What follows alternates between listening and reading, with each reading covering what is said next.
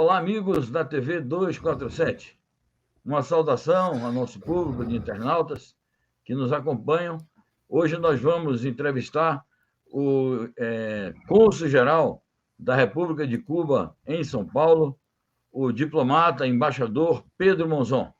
Ele vai nos falar sobre diferentes aspectos da vida política e social em Cuba.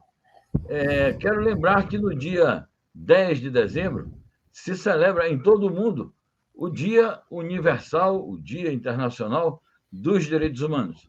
Porque nesta data, no ano de 1948, em pleno auge do sentimento de triunfo das forças democráticas e antifascistas mundiais contra o nazifascismo na Segunda Guerra Mundial, e na sequência da fundação das Nações Unidas, foi proclamada a Declaração Universal dos Direitos Humanos por essas mesmas Nações Unidas.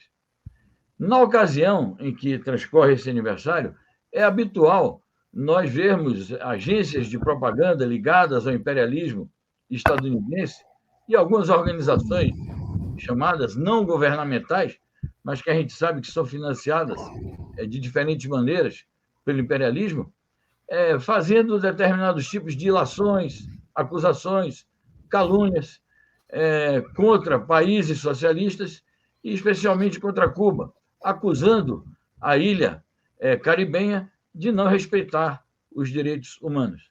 Nós achamos que é uma ocasião importante para, nesta entrevista com o embaixador Pedro Monzon, esclarecer este assunto. Portanto, eu vou pedir ao embaixador que nos informe, que nos detalhe como Cuba defende e promove os direitos humanos e como responde, obviamente, às calúnias do imperialismo. Muito obrigado pela sua presença, embaixador Pedro Monzon, para a TV 247. É uma honra imensa contar com a sua presença aqui. Você que já veio aqui em outras ocasiões dar entrevistas sobre diferentes aspectos da vida em Cuba. É sempre um grande prazer recebê-lo. Você aqui tem toda a acolhida da comunidade da TV 247. Então, eu te passo a palavra para que possa discorrer sobre esse tema tão importante para a vida de Cuba e de toda a América Latina e todo o mundo, conhecer esses aspectos de como Cuba defende y promove los derechos humanos. Gracias, José Reinaldo. Para nosotros, para mí en particular, es una gran oportunidad. Para Cuba es una gran oportunidad hablar de nuestra verdad, debido a lo que tú dices, a las reiteradas acusaciones contra Cuba generadas por Estados Unidos en el terreno de los derechos humanos, de la democracia. Se afirma que en Cuba hay una dictadura que se trafica con seres humanos, y así una y otra mentira reiteradamente que apoyamos al terrorismo internacional, etcétera, etcétera. Lo cierto es que el triunfo de la Revolución Cubana significó descargar el poder, todo el poder, la soberanía en el pueblo, por primera vez en la historia, en el pueblo, sobre el pueblo. Ello implicó cambios inmediatos en el terreno de la justicia social y los derechos humanos de la población.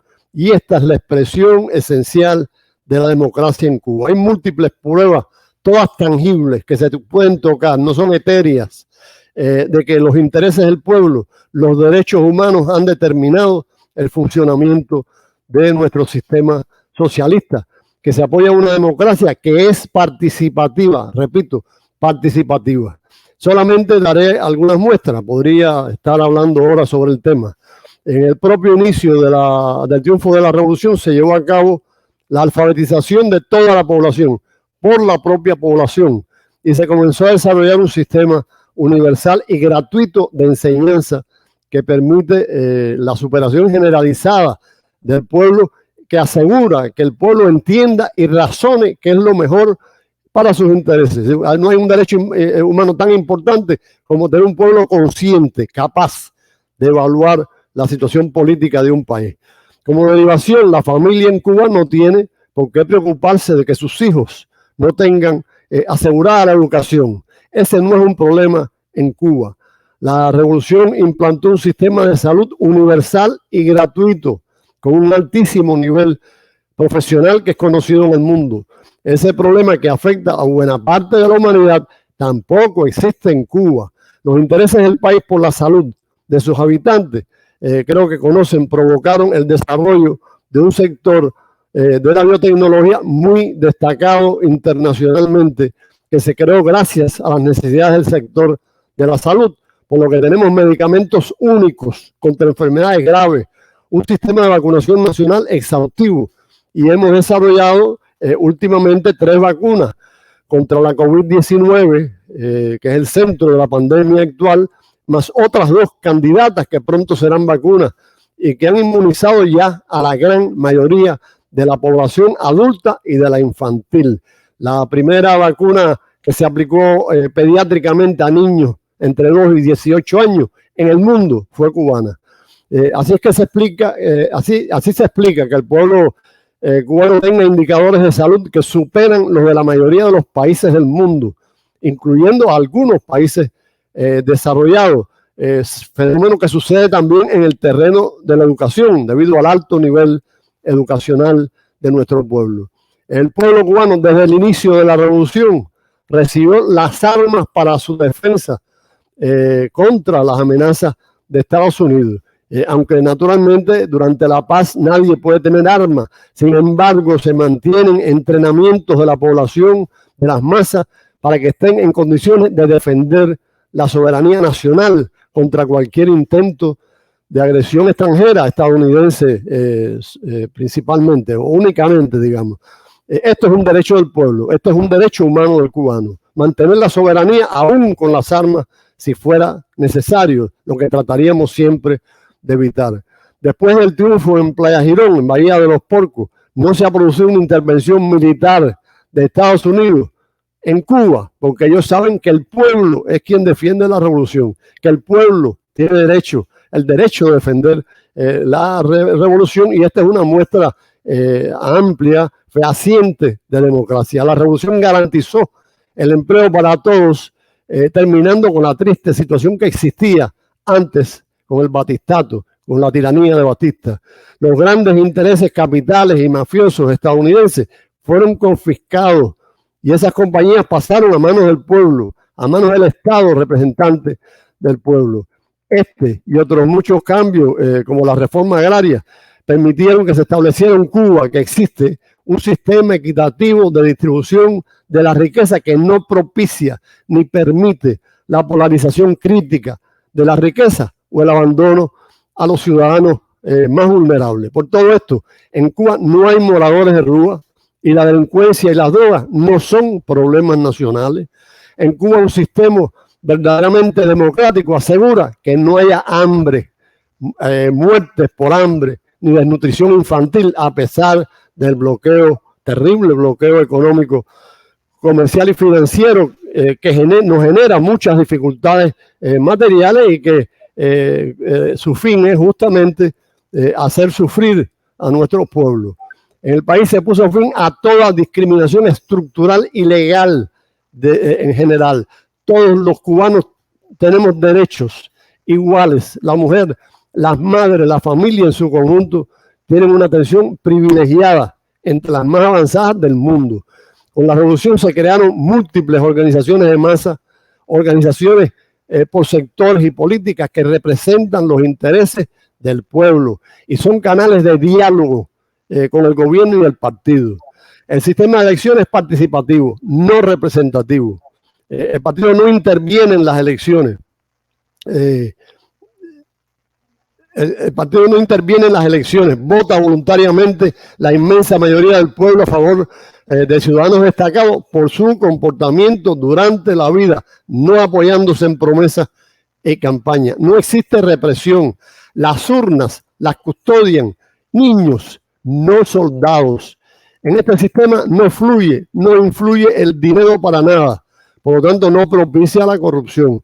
En Cuba funciona un sistema judicial independiente que tampoco está contaminado por la corrupción, como sucede en otros países. Agora dime se estoy passado do tempo, porque... Não, tudo bem. Pode continuar, mas nós vamos abordar esse assunto da democracia em Cuba daqui a pouco, em outra pergunta, eu queria aproveitar a sua intervenção sobre os direitos humanos e perguntar um pouco sobre a dimensão internacionalista desta defesa e desta promoção dos direitos humanos, porque nós sabemos que Cuba, sendo um país muito ativo na Organização das Nações Unidas, participa também da Comissão de Direitos Humanos das Nações Unidas, tem participado muito ativamente, e nós temos notícia também do protagonismo de Cuba, você mencionou, na luta contra a Covid-19. Então, a pergunta seria o seguinte: além de promover os direitos humanos no interior do próprio país, como o governo revolucionário cubano contribui para a promoção dos direitos humanos no plano internacional, por meio de projetos de cooperação internacional e de ações próprias deste governo no terreno econômico, político, diplomático, enfim, podia dar uma ideia geral sobre este aspecto também da luta pelos direitos humanos, que é uma luta mundial. Bueno, hay muchas muestras en este terreno. Tú sabes bien que Cuba ha participado en la defensa de los intereses de países que fueron colonizados, en la lucha contra el colonialismo. Cuba ha luchado también con armas en la mano, con su sangre, por la independencia de países de África, como fue el caso de Angola, y apoyamos definitivamente en el fin del apartheid. Cuba defiende los intereses de Puerto Rico y los intereses en Naciones Unidas de los países explotados o de los países bloqueados u oprimidos, como es el caso, digamos, de Venezuela o de Nicaragua. Cuba, con su cooperación internacional, promueve de manera concreta los derechos humanos. La participación de Cuba en proyectos educativos en el mundo ha sido muy amplia y conocida. Hay un sistema cubano respaldado por la UNESCO que se conoce como Yo Sí Puedo, que se ha aplicado ya a más de 10 millones de personas que antes no sabían leer y escribir. Está el sistema de salud, que es más que conocido en el mundo, también como un recurso fundamental de promoción de los derechos humanos de otros pueblos, sobre todo de los sectores más humildes de otros pueblos. Cuba ha enviado durante los 62 años de revolución a casi 500.000 trabajadores de la salud a apoyar a diferentes pueblos, incluyendo Brasil, que como conoce tuvo brigadas en ese sentido, que salieron no producto de nuestra decisión, sino producto de presiones políticas absurdas, injustas sobre nuestros médicos. Cuba desarrolló la brigada Henry Riff para el combate de enfermedades contagiosas y de tragedias de tipo climática. Y esa brigada apoyó a muchos países cuando se inició la pandemia, incluyendo a países desarrollados como Italia. Cuba en la mayoría de los sectores ha dado apoyo al mundo a pesar del bloqueo y aún en los peores momentos de nuestro desarrollo económico, como fue el llamado periodo especial en que desapareció la Unión Soviética y otros países socialistas, y los Estados Unidos aprovecharon para reforzar el bloqueo. Algo similar a lo que pasa ahora. Aprovecharon la pandemia para reforzar aún más el bloqueo. Comenzaron antes de la pandemia y durante la pandemia mantuvieron y reforzaron el bloqueo como para darnos un tiro de gracia. En Naciones Unidas, Cuba es muy experta y activa en temas multilaterales y la esencia, el corazón de nuestra actividad multilateral es en defensa de los intereses humanos de los diferentes pueblos. Perfeito, embaixador. Muito importante esses seus esclarecimentos, porque, em contraste com isso, nós observamos a continuação dessas políticas, que nós podemos dizer que são políticas cruéis, de bloqueios e sanções. Os Estados Unidos têm a ilusão, em relação a Cuba, de que, através do bloqueio e das sanções, vai chegar a um ponto máximo de estrangulamento da economia do país e vai gerar uma revolta social, uma sublevação social, como, aliás, a diplomacia americana e seu governo, naquela época do bloqueio, eles proclamaram isso. nós vamos, através de uma política de bloqueio, levar o povo ao desespero e o povo vai se levantar contra o que eles dizem, contra o regime e vai derrubar o regime. Bom, isso foi uma ilusão que eles acalentaram ao longo de mais de 60 anos, mas o que é preciso registrar é isto. Eu quero fazer esse esclarecimento para o nosso público, que eles tentam essas políticas de estrangulamento e, através disso, eles punem os povos. Eles têm a ilusão de que eles vão punir apenas os governos. Não, eles estão punindo os povos e, como tal, atuam como violadores dos direitos humanos em todo o mundo. Então, eu queria também ouvir do senhor algum comentário sobre os efeitos do bloqueio e como o governo cubano tem encontrado as soluções mais adequadas para contornar esses obstáculos y promover también el desarrollo económico y social del país. Claro, lo que tú dices es cierto. Ellos han utilizado el bloqueo y las medidas agresivas que acompañan al bloqueo. Son muchas medidas. El bloqueo, digamos, es la herramienta más dura que ellos aplican contra Cuba, con la idea de subvertir al pueblo, de manera de que derroque el gobierno, que sufra el pueblo, para que identifique el sufrimiento con la política de gobierno y derrumbe al gobierno. Esa tesis que se inició con la revolución se mantiene hasta hoy. Es la misma tesis de siempre del bloqueo. Pero han fracasado, y han fracasado por una razón muy clara. El pueblo cubano apoya a la revolución cubana y al gobierno revolucionario. Si no fuera así, la revolución habría fracasado. Se habría derrocado la revolución, porque el pueblo cubano no es un pueblo manso, no es un pueblo servil, es un pueblo de una historia muy valiente, de lucha, de rebeldía, y un pueblo además que piensa, porque es culto justamente por la política educacional. Si se llegara a la conclusión de que la revolución no es el sistema, ya no hubiera revolución. Lo hemos soportado. Ahora, el bloqueo ha hecho un daño terrible. El bloqueo es extraterritorial. No solo afecta a las relaciones bilaterales, afecta a las relaciones de Cuba con el mundo entero, con el sistema empresarial mundial. En el mundo no puede comerciar nadie que tenga, ninguna empresa que tenga más del 10% de intereses de Estados Unidos, porque es sancionada. En el mundo no se pueden hacer préstamos financieros a Cuba porque quien lo haga, como ha sucedido varias veces, es sancionado por miles de millones de dólares.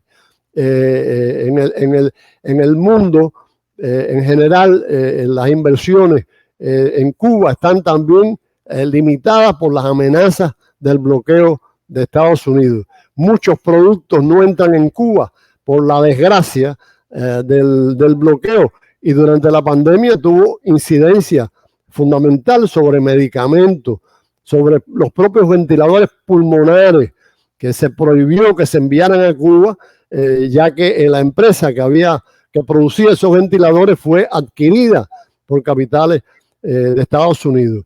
Los Estados Unidos bombardean, boicotean el turismo cubano, porque saben que ese es un ingreso importante de Cuba. Evitan el desarrollo del turismo tomando múltiples medidas que incluyen la prohibición de vuelos charter, la limitación de vuelos hacia Cuba, la prohibición de ejecutivos privados y embarcaciones privadas que viajen a Cuba, y la prohibición de que los estadounidenses viajen a Cuba. Está prohibido el turismo de la ciudadanía estadounidense hacia Cuba. Ellos tratan de boicotear también nuestro propio sistema científico, tratan de desprestigiar la biotecnología cubana, lo que es realmente muy difícil. Con relación a los médicos, que saben que es un mecanismo de solidaridad abierta, pero supone algunos ingresos, los han acusado de ser esclavos contemporáneos, de no ser profesionales, etcétera. Han tratado de persuadir a países para que no reciban a los médicos cubanos, lo que no es solo una crueldad contra Cuba, sino una crueldad contra los pueblos que reciben esos servicios, que es lo que sucedió aquí en Brasil. Nos han incluido listados absurdos, que no son legales, que son espurios, como el listado de los países que patrocinan el terrorismo en el mundo, lo que se sabe, ellos saben perfectamente que es mentira. Todo el montaje del bloqueo y la agresión de Estados Unidos contra Cuba está apoyado en falsedades, en mentiras. No existe una sola verdad. Ahora, Cuba ha soportado el bloqueo, en primer lugar, te repito, porque el pueblo apoya a la revolución y es capaz de sufrir el bloqueo con tal de mantener a la revolución. Y hemos buscado mecanismos. Es increíble, pero cierto, que Cuba ha tenido desarrollo en la ciencia, a pesar del bloqueo, que Cuba ha tenido un desarrollo remarcable, destacable en la educación, a pesar del bloqueo, que Cuba ha tenido un desarrollo importante de la salud pública, a pesar del bloqueo, que Cuba ha desarrollado sectores de la economía, a pesar del bloqueo, de los terribles daños del bloqueo. Y es que hemos buscado, lo primero, lo más importante es que el pueblo quiera hacerlo. El pueblo quiere. Si el pueblo no quisiera, nada de eso hubiera sucedido. Y que la política del gobierno es defender los intereses del pueblo, la soberanía popular y apoyar a todos estos sectores que trabajan por el avance, por el progreso de la revolución. Hemos tenido que usar mucho la iniciativa. Digamos, la biotecnología cubana descansa mucho en el cerebro de los biotecnólogos más que en los recursos, aunque en ese sector hay recursos, pero nuestro desarrollo tiene que ver con las capacidades de nuestros recursos humanos, del pueblo que es educado, que está formado políticamente y profesionalmente. Eso es lo que realmente nos distingue. Si dependiéramos de los recursos para el desarrollo de Cuba se hubiera detenido hace muchos años. Eso en general, José Reinaldo. Muito bem, embaixador. Eu queria agora abordar um assunto que tem uma dimensão também geopolítica. O presidente dos Estados Unidos, o Joe Biden, convocou para os dias 9 e 10 de dezembro uma chamada cúpula pela democracia. Convidou 110 países e mais a ilha de Taiwan, que não é um país independente, num gesto de aberta provocação à China. A lista dos países foi feita de acordo com critérios do próprio imperialismo estadunidense. A lista dos convidados não foi feita com base em critérios objetivos de uma política multilateral, de uma política que proponha o congressamento internacional, de uma política que levasse ao tratamento igual e equânime de todos os países do mundo. E a gente nota que houve uma clara tentativa de dividir o mundo entre os chamados países democráticos, supostamente liderados pelos Estados Unidos, e os países que são, supostamente, de acordo com os critérios deles, governados por ditaduras. Como é óbvio, de acordo com esses critérios, os Estados Unidos não convidaram Cuba a participar da chamada cúpula pela democracia. Bom, então eu queria que o senhor comentasse e explicasse para o nosso público por que Cuba é injustamente qualificada como uma ditadura ou como um regime autoritário, como eles dizem, e como sustentar a opinião de que Cuba é, sim, um país democrático que tem suas características próprias e é uma democracia popular, participativa, com plenos direitos civis, plenos direitos democráticos, inclusive os direitos individuais, que eles tanto propagam, que na América é o paraíso dos direitos individuais e que nos países socialistas não. Então, o nosso público gostaria de saber como que Cuba expressa esses atributos de ser um país democrático com as suas próprias características. E se o modelo estadunidense é um modelo exportável, se esse modelo de democracia seria válido universalmente. Bueno, al inicio te hablé algo de ese tema. Una cuestión básica es que tiene que ver con la democracia. La democracia tiene que ser tangible, no es retórica. En Cuba hay un sistema equitativo de distribución de la riqueza y eso propicia realmente el confort de la vida del pueblo, evita la polarización y evita, como te dije antes, que haya personas que tengan que vivir en la calle, que haya delincuencia, que se desarrolle el comercio de drogas y que los drogadictos crezcan, como desgraciadamente sucede aquí. En Cuba nadie muere de hambre, nadie pasa hambre a pesar de las dificultades del bloqueo. No existe desnutrición infantil. El país puso fin a toda discriminación en general. La mujer tiene una atención muy especial, las madres y la familia. Eso es una forma de democracia. Democracia es el gobierno del pueblo, gobierno efectivo del pueblo. Con la revolución se crearon muchas organizaciones de masa por sectores y políticos que representan prácticamente a todo el pueblo y son canales de diálogo con el gobierno y el partido. Nuestro sistema de elecciones es participativo.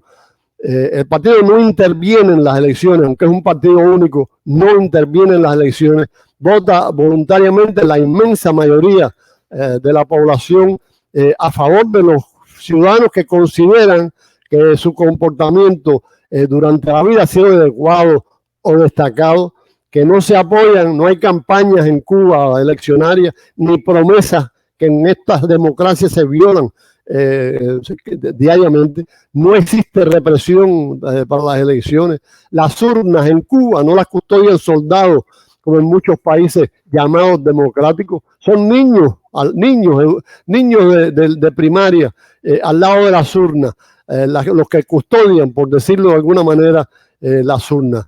El dinero no influye para nada en el sistema de elecciones en Cuba.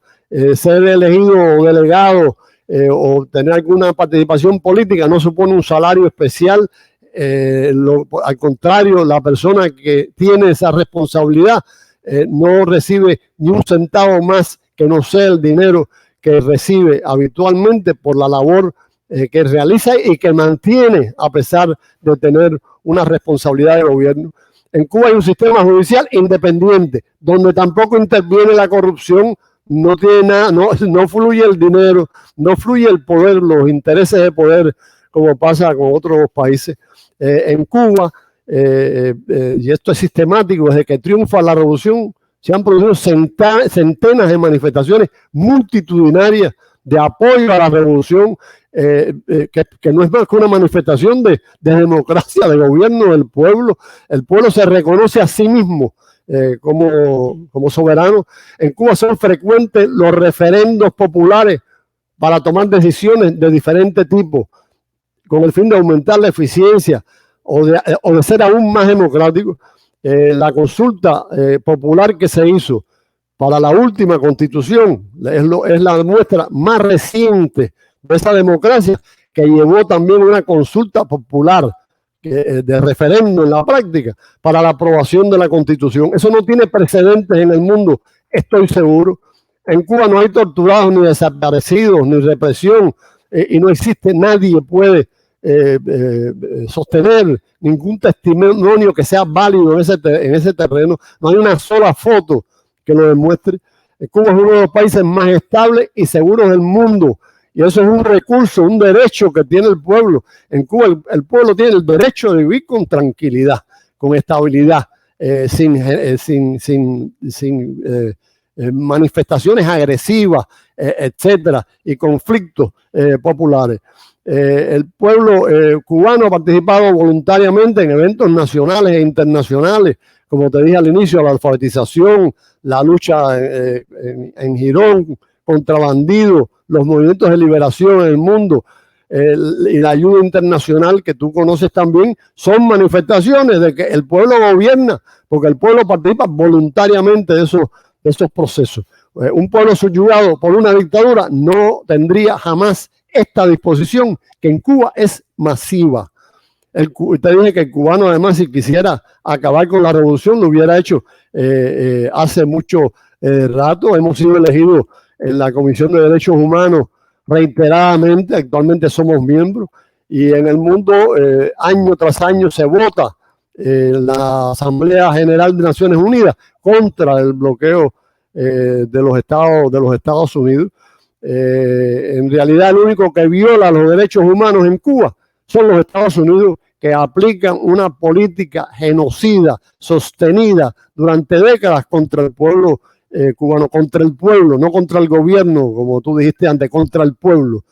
Y en el caso de la base que tienen ilegalmente en Guantánamo, también violan los derechos humanos sistemáticamente. La tortura sí es común en la base que sostienen en Guantánamo. Ahora, naturalmente Cuba no ofrece el menor espacio para que los enemigos, instigados y financiados por Estados Unidos, utilicen los medios públicos de comunicación para atacar a la revolución, que no es más que el pueblo. La revolución en Cuba es el pueblo.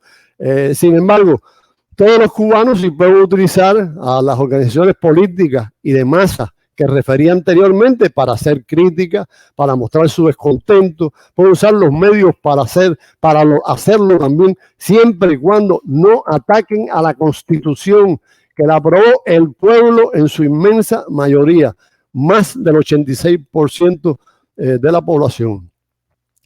Esas son ideas fundamentales, que son muestras de una democracia que es legítima, que no es retórica, que no es falsa. En Estados Unidos sí tiene muchos derechos, tiene libertad de que la persona tenga el derecho a no tener nada o casi nada y a vivir en la calle, por ejemplo, en condiciones infrahumanas, y muchas otras libertades que podría relacionar, si tú quieres, que demuestran que en los Estados Unidos no solo atacan a los derechos humanos de los pueblos del mundo, sino su propio pueblo está sometido a las agresiones del capitalismo, del imperialismo contra los derechos humanos. Si quieres te sigo hablando de otros detalles de los Estados Unidos que lo convierten en un ejemplo de un país que de ninguna manera tiene condiciones morales para encabezar una reunión o una cumbre democrática. El país posiblemente con menos moral para hacerlo son los Estados Unidos, que lo hacen como hacen listados de países que patrocinan el terrorismo y otros tantos listados porque se creen los emperadores. Es un país imperialista, se creen los emperadores del planeta, pero cada día más pierden oportunidades. Lo que tú decías al inicio es cierto, es decir, China para los Estados Unidos representa un peligro para el dominio, su dominio internacional. Por eso tratan de atacarlo sistemáticamente y en esta reunión invitan al gobierno de China Taipei, de la isla de Taiwán, con el fin de alguna manera atacar a la unidad de ese gran pueblo, de ese gran país que es China. E invitan además, por supuesto, como países democráticos, a países con expedientes terribles dentro de los derechos humanos, que no tengo ni que mencionarte, y excluyen a países como los nuestros, que defienden de manera tangible en los Estados Unidos, me refiero a Cuba, por supuesto, Venezuela, Nicaragua, sacaron a Bolivia de este listado, y otros tantos que han excluido porque ellos consideran que no defienden los derechos humanos. Esa es una reunión ilegítima, una cumbre ilegítima. Esa es la cumbre del odio, la cumbre de la maldad, la cumbre, yo diría, de la estupidez, porque al final va a fracasar y no va a dejar ninguna huella de importancia en la historia, tratando de crear un frente de ultraderecha en el planeta que respalde sus cada vez más deterioradas posibilidades de mantenerse como potencia única en el mundo.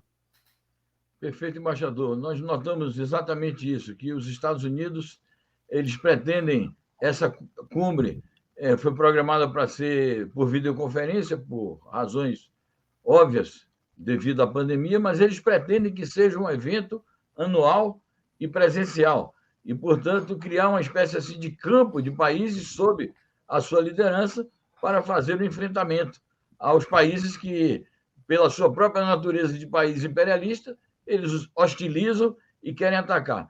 Então, eu deixaria uma última pergunta. Como que o senhor vê a projeção geopolítica de uma cumbre como essa? O senhor já disse claramente que essa cumbre vai fracassar, mas você acha que ela pode deixar algumas sequelas em termos de aumentar a confrontação e a conflitualidade no actual sistema internacional? Sí, por supuesto, hace daño.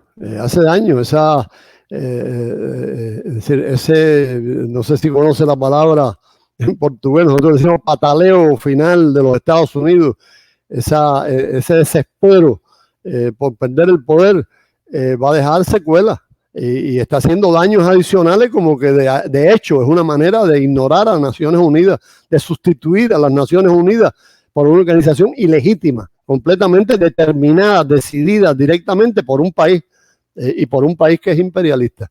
Eso también depende mucho de los gobiernos. Ha habido una evolución positiva en los últimos años en América Latina, que hay que seguir respaldándola. La izquierda tiene que seguir uniéndose, pero ha habido cambios, ha habido un reflujo a favor de los movimientos progresistas que se había detenido en años anteriores, producto de la propia política imperialista que ataca cualquier fenómeno de independencia en América Latina. Eso puede ayudar mucho. Países que se conviertan realmente en países independientes, que es lo que ellos no soportan. Ya no es ni socialismo ni comunismo, es que rechazan, detestan toda manifestación de independencia nacional y por supuesto también todo ejemplo de una sociedad alternativa que no sea la capitalista y que defienda la justicia social. De manera que sí debe dejar secuelas, va a haber quien se apoye en eso, pero al final va a ser un fracaso y el tiempo yo creo que está a favor de nosotros. El tiempo está a favor de nosotros. Cada día tendrán menos respaldo, cada día otros países desempeñarán un papel importante en la política internacional, lo que incluye a China y a Rusia, por supuesto. Cada día ellos estarán más divididos. Los conflictos de Estados Unidos con la propia Unión Europea y con otros países capitalistas se alimentan inevitablemente. Tiene que ver con la esencia misma del sistema, que no siempre es coherente. Muchas veces es coherente en contra de los intereses de la humanidad, pero otras veces las propias alianzas de ellos se afectan, se deterioran debido a incoherencias en las políticas. Eso se está demostrando ahora, de manera que yo creo, José Reinaldo, que el tiempo está a nuestro favor y que esto no es más que una demostración de que estamos llegando al final de esta prehistoria de la humanidad, digamos, aunque yo naturalmente pongo los pies en la tierra y sé que el final definitivo va a tomar mucho tiempo. Por desgracia, va a tomar tiempo. Ojalá fuera rápido. Pero lo que sí estamos en ese camino. Estamos en el camino de que desaparezcan las intenciones imperiales, los impulsos imperiales de un país determinado sobre el resto del mundo, con lo que se suele denominar la multipolarización de la política internacional y la emergencia de países tan importantes como China en el terreno económico y naturalmente como derivación en la política internacional.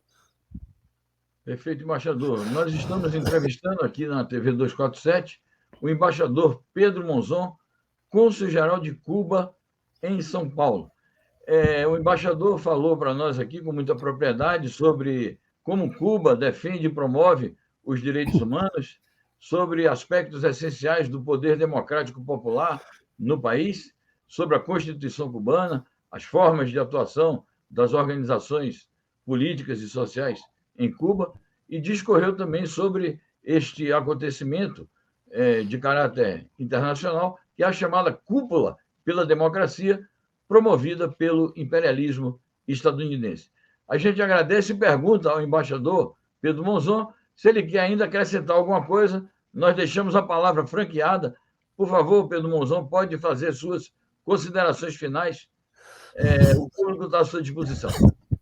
Bueno, agradecimiento, José Reinaldo. Un agradecimiento inmenso a ti, a la emisora que tú representas, no solo por esta entrevista, sino porque siempre defienden los intereses de los humildes, de los pueblos, de los sistemas que han avanzado y han progresado en el terreno de la defensa de la soberanía, de las soberanías nacionales.